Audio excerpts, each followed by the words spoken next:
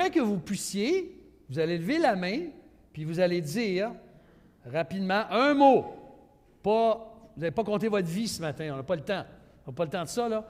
Vous allez nous dire en un mot, qu'est-ce qui vous vient à l'esprit, puis je vais le répéter pour que tout le monde, ceux qui sont à l'écran avec nous, puissent bien les comprendre et que vous l'entendiez bien. Le mot qui vous vient, soit le mot, le sentiment ou l'opinion qui vous vient à l'esprit lorsque je dis le mot « travail ». C'est quoi le premier mot qui vient? Je veux que vous leviez la main et vous le dites bien fort. Liberté? Ah oui, c'est bien ça. C'est peut-être pas tout le monde qui est d'accord avec ça. Oui, c'est quoi? Accoucher? Ah oui? Accoucher, bon. Ah oui, le travail, bien oui, c'est vrai. Une femme en travail, ça accouche éventuellement, c'est vrai. Il n'était pas dans ma liste ici. C'est bon. OK, il y avait Christelle, vas-y. Bien fait? Oui, bon, merci Seigneur. Oui, Gerly? Indépendance? D'accord. Daniel? Horaire. Oui. Cadeau de Dieu. Bon, c'est 3 mots, c'est permis 3 mots. Oui. Oui. Épanouissement? Vas-y. L'argent. Oui, ben oui, c'est vrai, hein? C'est utile. Oui, Robert. Louis dur? Ah, nourriture, excuse-moi. C'est dur d'oreille pour moi. Nourriture, oui. Vas-y, oui. Non, pas toi, Jacqueline, là-bas, là. Excuse-moi. Pardon? La noblesse, oui, vas-y. Sueur, bon, je l'attendais celui-là. Oui, à l'arrière. Effort. Oui, ça commence à avoir d'autres mots. Oui, on y va ici. Adaptation. Oui, Francine. Défi. Bon, il y en a qui n'ont pas été nommés encore. Oui, vas-y, Louise. Bénédiction. Oui, à l'arrière. Dynamique. Ah, dynamisme, d'accord. Oui, ici. Fatigue. Je l'attendais, ce mot-là. Fatigue. Oui, à l'arrière, oui. Introspection. Oui, c'est intéressant. Oui, Karine? Vacances. Ah! Si vous travaillez à temps plein, vous êtes en vacances. Vous ne saviez pas ça, hein? Écoutez, c'est intéressant. On pourrait continuer, là. Merci pour votre participation à tout le monde. Mais il y en a quelques-uns qui n'ont pas été mentionnés. Moi, j'avais fatigue, j'avais corvée pour certains, joie, passion, fatigue. Ça n'a pas été mentionné, ça. Stress. Voyons. Frustration. Routine, ça n'a pas été mentionné. Il n'y a personne qui a dit « pas le choix, il faut travailler ». Il n'y a personne non plus qui a dit « paye insuffisante ». Examen et travaux à remettre. Hein, les étudiants, c'est votre cas? Les mamans à la maison, je ne vous ai pas entendu dire « enfants qui pleurent, qui désobéissent, qui n'écoutent pas, préparation des repas ». Il n'y a personne non plus qui, même si vous êtes en télétravail, vous le savez, réunion, rapport, collègues fatigants. La liste pourrait s'allonger comme ça. Voyez-vous, pour certains, selon la situation où vous vivez, le travail, les études, élever des enfants, être à temps plein à la maison, ça peut être perçu comme une grande bénédiction. C'était mentionné bénédiction. J'étais heureux de l'entendre. Mais pour d'autres, c'est comme une malédiction à endurer, le travail. Jusqu'à la retraite. Une malédiction à endurer jusqu'à la retraite ou jusqu'aux prochaines vacances. Ça, c'était mentionné. En ces jours de pénurie de personnel dans tous les domaines de la société et de grands changements dans le monde du travail, il y avait déjà des changements, la pandémie a rajouté des changements et on vit une société qui est complètement en transformation par rapport au travail. J'entendais cette semaine encore quelqu'un qui disait que maintenant, ce sont les employés qui font des entrevues aux employeurs. Oui, là, je ne veux pas travailler le jeudi, je ne veux pas travailler le vendredi, je ne veux pas travailler le samedi matin, je veux faire ci, je veux faire ça, je veux faire ça. C'est l'employeur qui est en entrevue. qui doit répondre aux questions de l'employé pour l'engager. C'est la réalité, ça. Alors, on est en pénurie de personnel, on est en grand changement. Des sujets comme l'emploi, les responsabilités, en fin de compte, là où on passe la grande majorité de notre temps, ce sont des sujets très actuels, autant pour un enfant de Dieu que pour ceux qui ne connaissent pas encore le Seigneur, qui ne sont pas à l'Évangile de Jésus-Christ. Cette fin de semaine, vous savez, c'est merveilleux, par une journée de congé, s'il vous plaît, nous soulignons cette fin de semaine de la fête du travail. L'été tire à sa fin. Là, il paraît que ce n'est pas vrai parce qu'on va avoir une canicule. Bravo, on va finir sans beauté. L'été a passé trop vite, probablement. À chaque fois qu'on arrive, hey, pas déjà rendu au mois de septembre, on se dit l'été a passé trop vite. À la rentrée scolaire cette semaine qui a eu lieu au primaire ou au secondaire, Cégep, c'est déjà fait depuis 1 semaine et demie, 2 semaines. L'université, ça commence dans les jours qui viennent. Mardi, je crois. Là, mardi, là, si vous n'êtes pas encore habitué à la circulation cette semaine, puis vous allez au travail, là, vous allez y goûter. Hein? Les Allumetières puis Saint-Joseph, là, on y goûte, nous, ici. Là. Et puis, l'école, c'est pas tout le monde qui est rentré encore. Imaginez ce que ça va être la semaine prochaine. Les vacances s'achèvent. La routine de l'automne revient trop vite avec tout ce qu'elle comporte. Peut-être même qu'on est en période de transition en ce moment. On cherche un travail, on n'a pas d'emploi, on ne sait pas exactement qu'est-ce qu'on va faire. Et dans tout ça, là, je veux vous demander une question. Comment vous envisagez, vous, personnellement, votre travail? Si vous êtes aux études, vos études. Si vous êtes à la maison à temps plein avec les enfants, vos responsabilités. Si vous enseignez vos enfants à la maison, comment vous considérez tout ça? Ce sont des sujets qui sont importants, qui sont vastes, mais on ne peut pas tout couvrir en quelques minutes. Avant de prendre le repas du Seigneur et de méditer justement la plus grande œuvre de toute l'histoire humaine, hein, le sacrifice de Jésus-Christ à la croix pour nous, avant qu'on fasse ça, on va tenter de répondre à 2 questions, 2 grandes questions par rapport au travail. D'abord, réfléchir. Qu'est-ce que Dieu nous dit, en résumé, par rapport au travail? Est-ce que c'est une bénédiction ou une malédiction? Et comment, nous, comme enfants de Dieu, on est appelés à travailler et à considérer notre travail dans un monde qui soit rejette Dieu ou est indifférent à Dieu? Alors, nous allons, pour ce faire, nous laisser guider par le texte de l'apôtre Paul dans Colossiens, chapitre 3, verset 22 au chapitre 4, verset 1. Je dirais qu'il est un excellent guide à cet égard quand on pense au travail. Alors, serviteurs, hein, l'auteur Paul parle des gens qui étaient des serviteurs, des employés ou des esclaves. Il dit « Obéissez en tout à vos maîtres selon la chair. » Et cela non seulement sous leurs yeux, mais comme si vous cherchiez à plaire aux hommes. C'est pas actuel, ça, hein? Pas du tout actuel, ça, ce point-là. Hein? Non seulement sous leurs yeux, comme si vous cherchiez à plaire aux hommes, mais avec simplicité de cœur, dans la crainte du Seigneur. Tout ce que vous faites, faites-le de toute votre âme, comme pour le Seigneur et non pour des hommes, sachant que vous recevrez du Seigneur l'héritage en récompense. Servez Christ le Seigneur. Car celui qui agit injustement récoltera selon son injustice. Et il n'y a pas de considération de personne. Il n'y a personne qui n'est pas concerné par ceci. C'est ce que ça veut dire. Maître, là il s'adresse au maître, au patron, accordez à vos serviteurs ce qui est juste et équitable, sachant que vous aussi, vous avez un maître dans le ciel. Vous aussi. Les deux, vous avez un maître, serviteur et patron ou maître. Alors, qu'est-ce que Dieu nous dit en résumé sur le travail, nos responsabilités? Selon Dieu, selon sa parole, à quoi ça ressemble le travail? Eh bien, on va aller au premier point.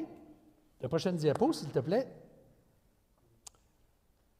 Le travail selon Dieu et sa parole. Selon notre arrière-plan, selon notre culture, le travail peut être perçu de façon bien différente.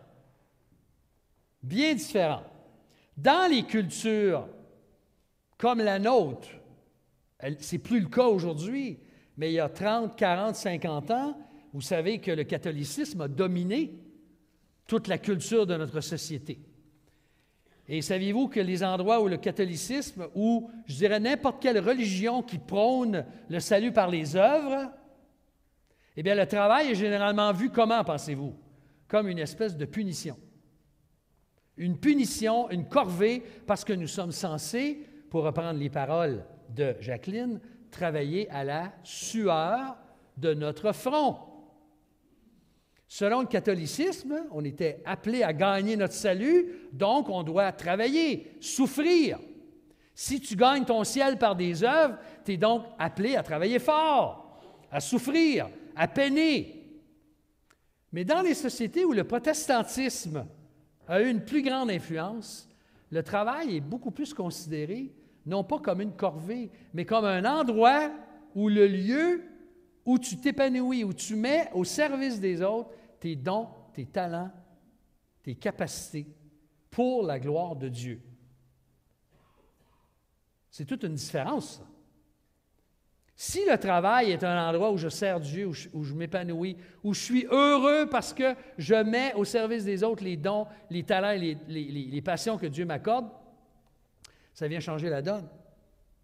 Mais laissons de côté un peu là, ce que le catholicisme et le protestantisme nous ont enseigné.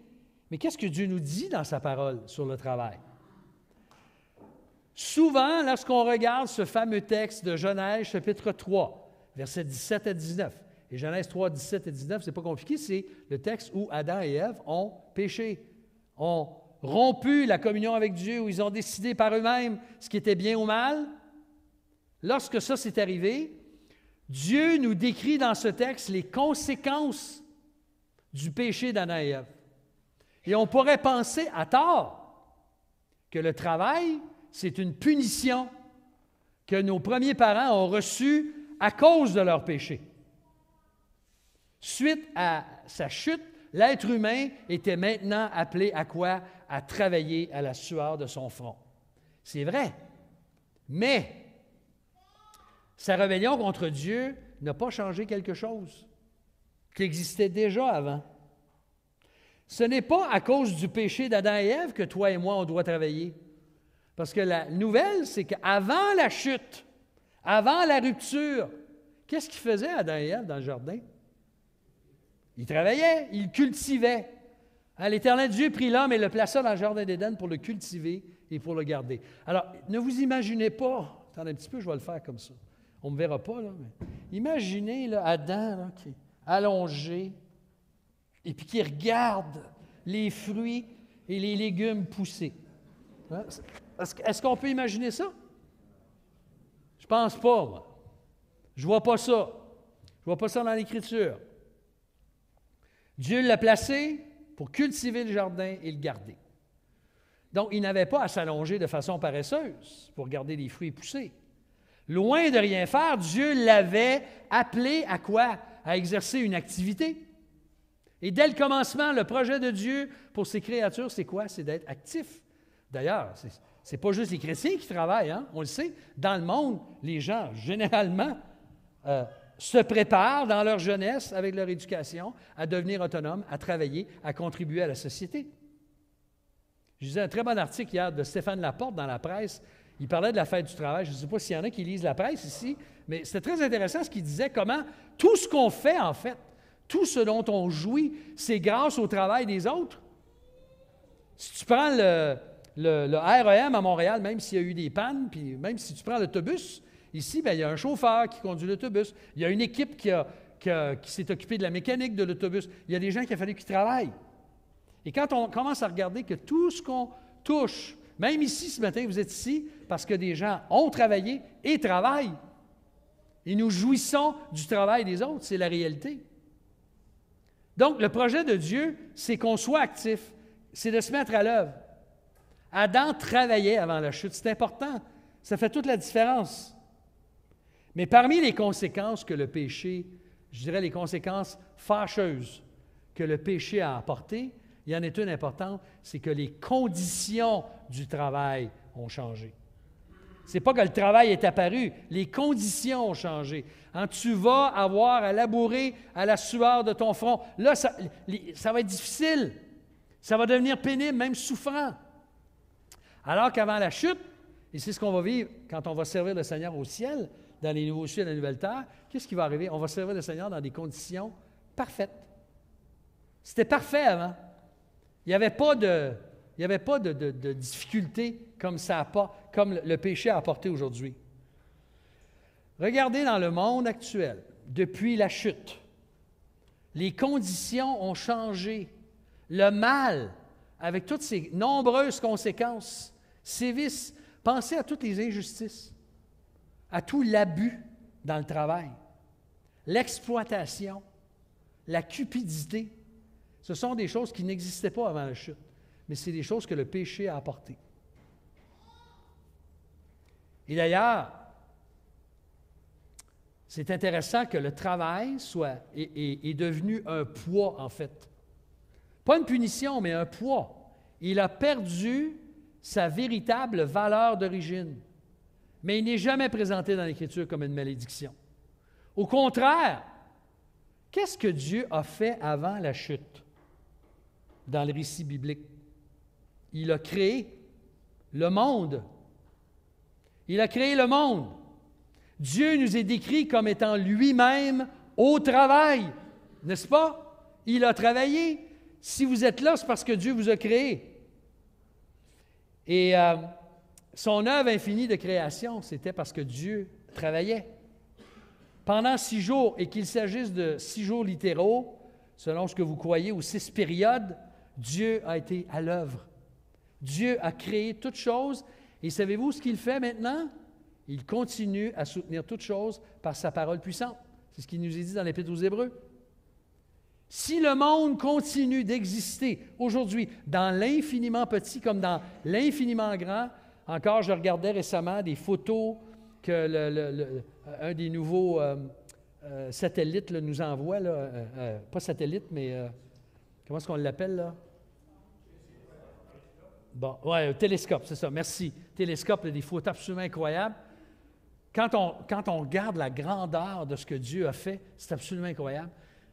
Bien, c'est parce que Dieu, tout ça, là, ça existe parce que notre Créateur agit en intervenant à chaque instant, et ceci du début jusqu'à la fin. Il est très intéressant dans l'Évangile de Jean, à un moment donné, Jésus se fait ramasser, je vais dire ça comme ça, à l'expression québécoise, dans le sens qu'il se fait critiquer, il se fait reprendre par les pharisiens parce qu'il guérit quelqu'un le jour du sabbat. Et le jour du sabbat, selon les pharisiens, tu n'avais pas le droit de travailler parce que guérir quelqu'un, c'était de travailler. En passant, les pharisiens, ils avaient tellement inventé de règles, je ne l'ai jamais vu là, dans leur texte, mais il paraît que se gargariser le jour du sabbat, ce n'était pas permis, c'était du travail. Fait que, alors, si tu avais une mauvaise haleine, tough luck. Hein? Il fallait que tu l'endures. Ou que l'autre l'endure. C'est plutôt ça. Mais c'est intéressant, là, Jésus se fait accuser. Il se fait accuser de travailler. Et Jésus, dans Jean 5, 17, savez-vous ce qu'il dit comme réponse? Il dit, « Mon Père travaille jusqu'à présent. Moi aussi, je travaille. » Autrement dit, j'ai tout à fait le droit, le Fils de l'homme et le Maître du sabbat, j'ai tout à fait le droit de guérir quelqu'un le jour du sabbat. Donc, tout au long de l'Écriture, dans tout l'univers, Dieu est loué et célébré. Pourquoi? Pour ses œuvres merveilleuses, pour ce qu'il fait, pour ce qu'il accomplit. Tout cela proclame qu'il est le Dieu glorieux, fidèle, qui agit sans cesse, qui est toujours à l'œuvre. Même selon Hébreux 1, les anges sont des quoi? Des esprits au service de Dieu, que Dieu envoie pour le servir. Donc, ils travaillent. Ils travaillent. Tout ça nous amène à réfléchir. Si Dieu travaille ou a travaillé, Dieu a arrêté de créer, mais il continue à s'occuper de sa création. Il continue à créer des êtres humains. Hein, tous les jours, à chaque minute dans le monde, il y a des gens qui naissent, il y a des bébés qui naissent. Si Dieu travaille, il nous appelle à travailler également. Pourquoi? Parce qu'il nous a créés à son image. Nous sommes à l'image de Dieu, donc nous sommes appelés à travailler. Et Dieu m'a placé dans ce monde pour le glorifier en servant dans tout ce que je fais. Hein, servez Christ le Seigneur. Faites tout pour la gloire de Dieu. Faites-le pour le Seigneur.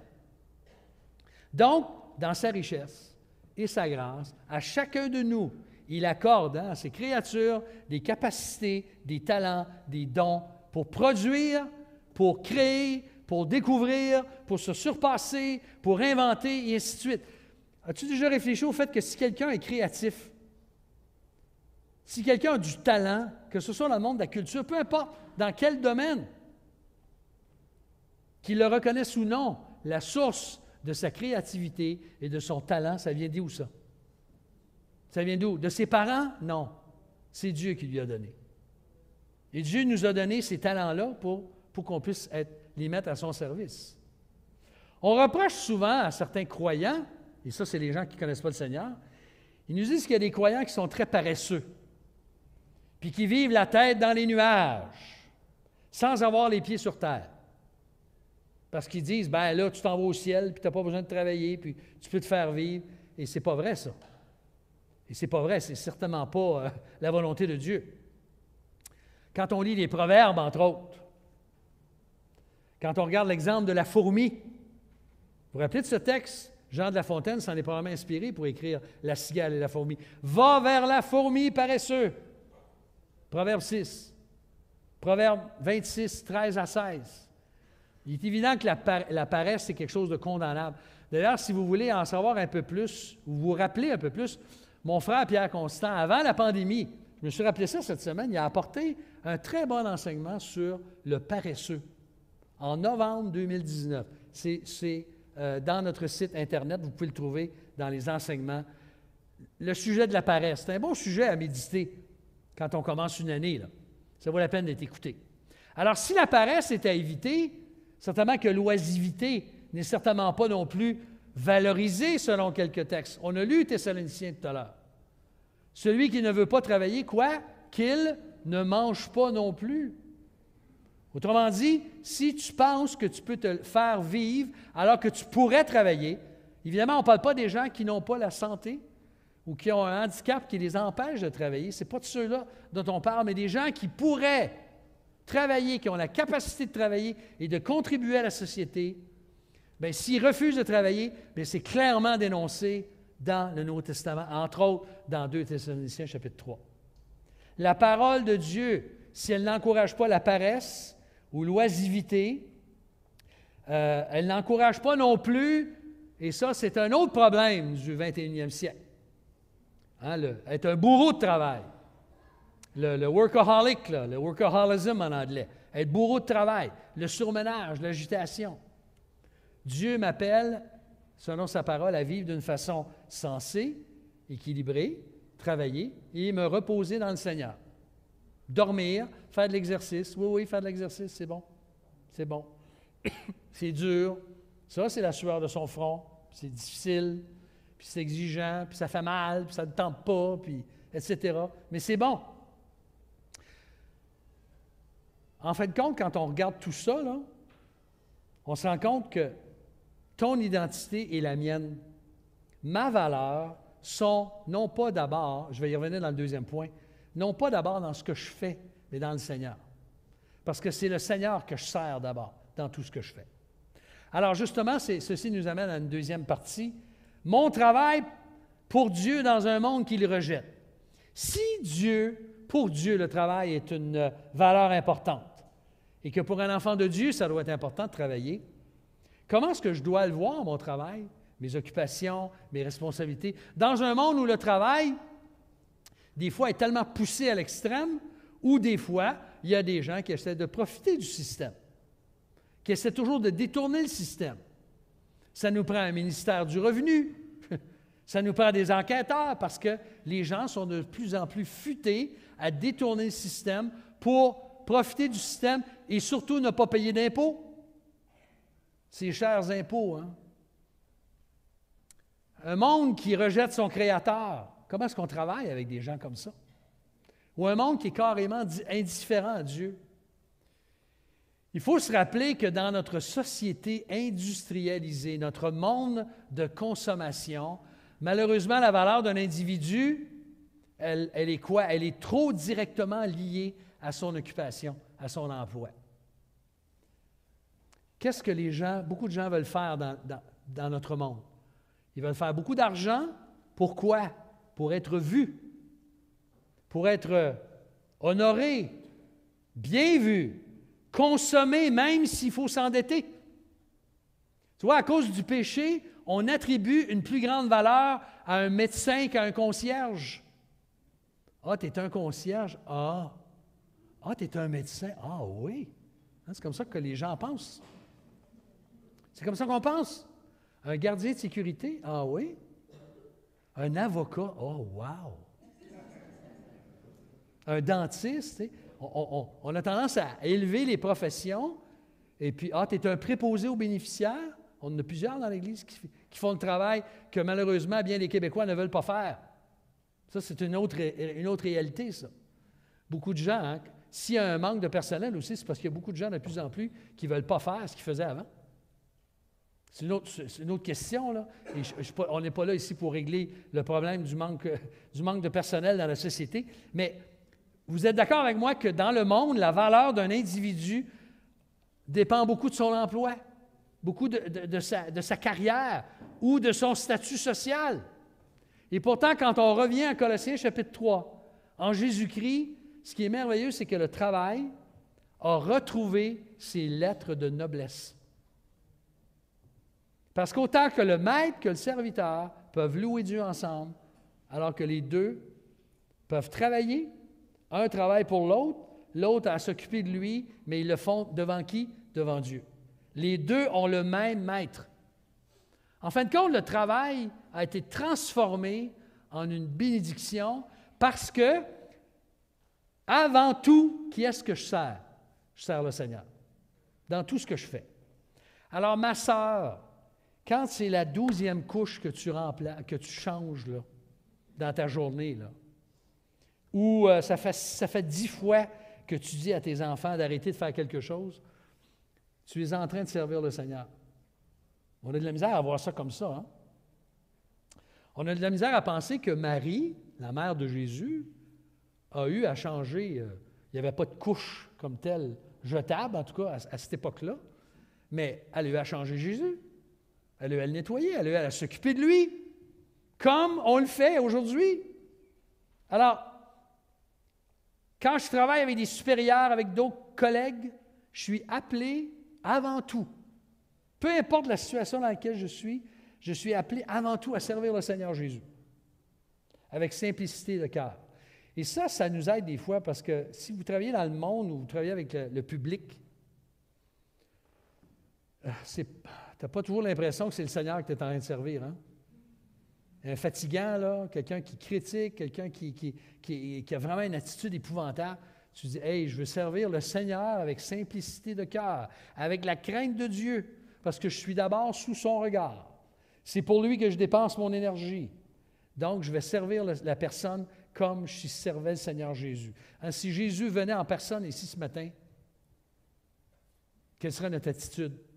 Peut-être que certains, on aurait une attitude différente. Là. « Ah, il faut que je me réveille, là, peut-être. » Ou il faut que je pense, il faut que je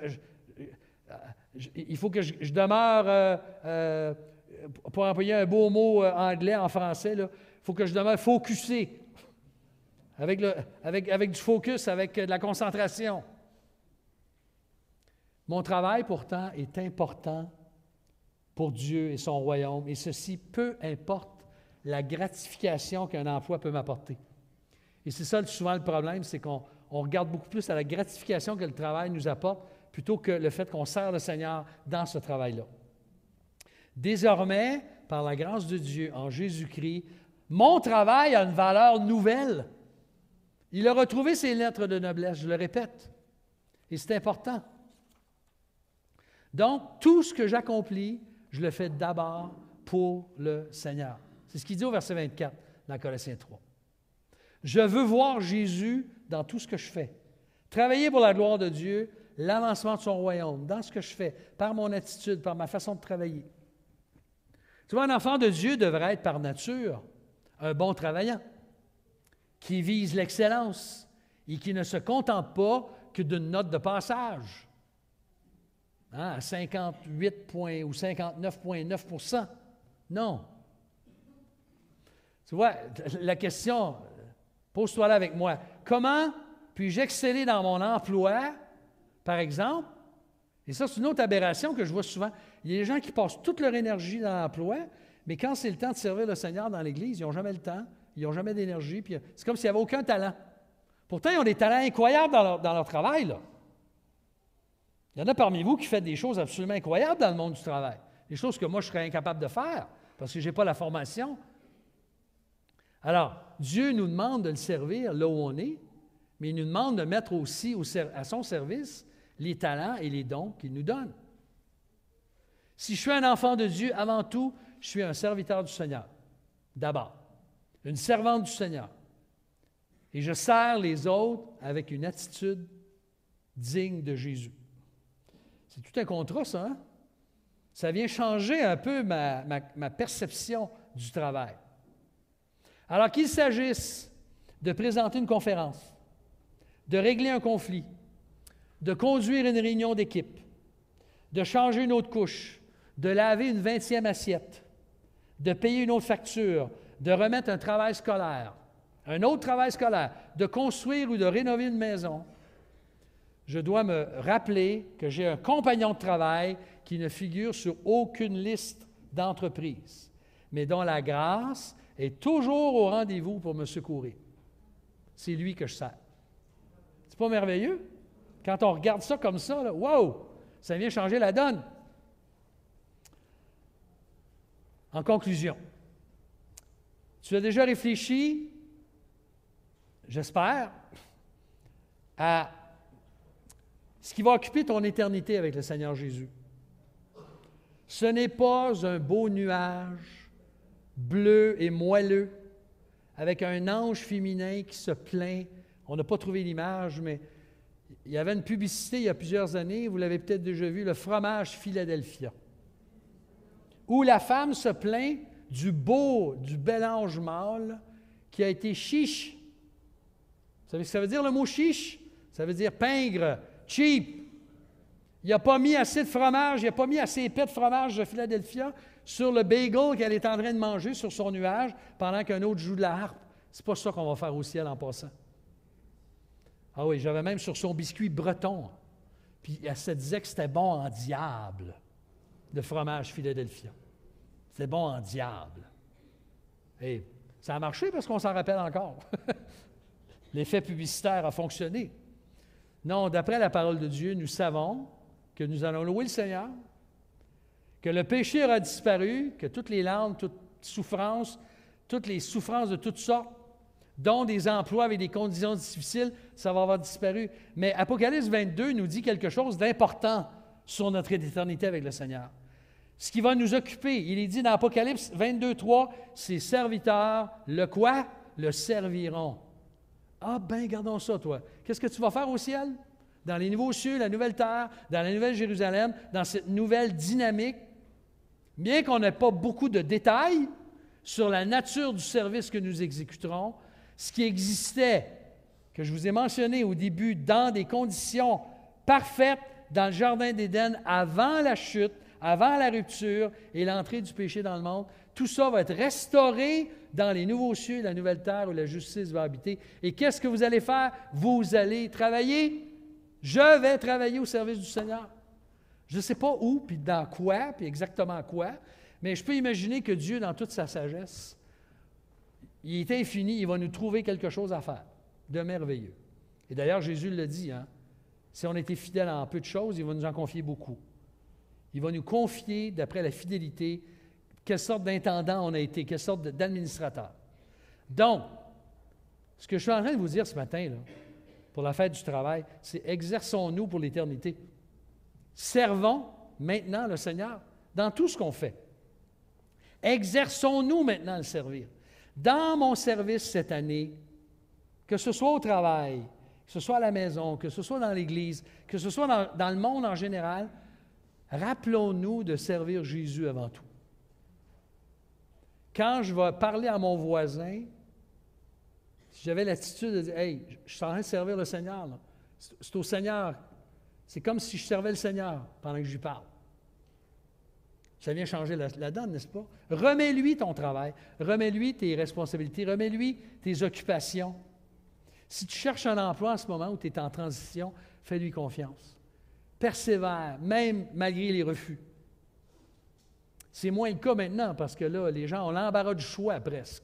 Il y a tellement de gens qui veulent avoir des employés. Mais dans tout ça, on doit toujours se rappeler que mon travail actuel et mon travail futur, mon avenir, il ne m'appartient pas, il lui appartient à lui. Donc, servons Christ dans tout ce que nous faisons parce qu'en Jésus-Christ, le travail est transformé. Alors, la question que j'aimerais te laisser en terminant, c'est est-ce que tu es venu à lui? Est-ce que tu as eu le privilège et la joie de venir au Seigneur Jésus-Christ en croyant à la plus grande œuvre de l'histoire de l'humanité, c'est-à-dire sa mort à la croix pour le pardon de nos fautes et d'être réconcilié avec Dieu? Quand on vient à Jésus-Christ et qu'on croit en son sacrifice pour nos péchés, parce que la Bible nous dit que nous sommes pécheurs, nous sommes séparés de Dieu, le péché nous sépare de Dieu, il nous condamne pour l'éternité. On a besoin d'être réconcilié avec lui. Et c'est ce que Jésus-Christ a fait à la croix du Calvaire. Il est mort, il a accompli la plus grande œuvre qui soit pour que je puisse être réconcilié avec lui. Et découvrir, entre autres, non simplement la vie éternelle, la joie de le connaître, la paix dans mon cœur, etc., le pardon de mes péchés, mais une nouvelle identité qui me permet de travailler maintenant de façon différente. Il y a des gens, quand ils viennent au Seigneur, sont obligés d'abandonner certains travaux qu'ils faisaient. Un criminel doit se repentir de ses crimes. Quelqu'un qui est dans le monde de la drogue, bien, il va devoir... Il ne peut pas dire, bien, moi, j'ai un travail là, que Dieu m'a confié. Là. Non, il y a des choses qu'on sait qui sont contraires à la volonté de Dieu et qu'on doit abandonner. Mais Dieu transforme, et c'est ça qui est merveilleux. Dans la parole de Dieu, hein, on voit un voleur qui est exhorté non simplement à ne plus voler, mais à quoi? À être généreux. C'est ce que Paul fait dans une des Épîtres. Hein, que le voleur ne vole plus, mais soyez généreux avec ce que vous avez. Hein, le contraire en Jésus-Christ. Et le Seigneur, il fait ça dans nos vies de façon absolument incroyable. Alors que Dieu nous donne, frères et sœurs, de considérer le travail, non pas comme une malédiction, non pas comme une corvée avant tout, mais comme l'occasion de servir le Seigneur Jésus-Christ dans tout ce qu'on fait. C'est ce qu'on veut faire cette année, par la grâce de Dieu, dans ce qu'il nous confie. Même dans nos incertitudes, Dieu sera au rendez-vous. Seigneur, on veut te remercier pour ta parole qui nous encourage, qui nous corrige même dans notre façon de croire et de penser sur tellement de sujets. Merci pour tout ce que tu nous confies. Merci pour les emplois que tu nous donnes, que tu pourvois à nos besoins. Seigneur, à ce que je sache, il n'y a personne ici qui souffre de la faim. On a tous un toit, il me semble. On a tous même des moyens de transport, que ce soit une voiture ou on peut prendre l'autobus. Seigneur, il y a toutes sortes de ressources que tu mets à notre disposition et nous voulons bénir ton Saint-Nom pour ton œuvre dans nos vies, ta fidélité. Que tu continues à t'occuper de ce monde et que tu vas continuer à le faire jusqu'à ce que tu crées des nouveaux cieux et une nouvelle terre où la justice habitera. Alors, Seigneur, utilise-nous. Nous voulons ce matin te dire, Seigneur, prends-moi, je veux te servir. Là où tu m'as placé, même si c'est difficile, même si, Seigneur, j'ai besoin de ta grâce avec telle personne, telle situation, je veux compter sur toi. Parce que tu es le Dieu fidèle qui travaille, qui continue à travailler et qui saura aplanir nos sentiers et marcher devant nous. Tu es le bon berger, Seigneur Jésus. À toi, toute la gloire au siècle des siècles. Amen. Amen. Il y a un cantique que ça fait un bout de temps qu'on a chanté.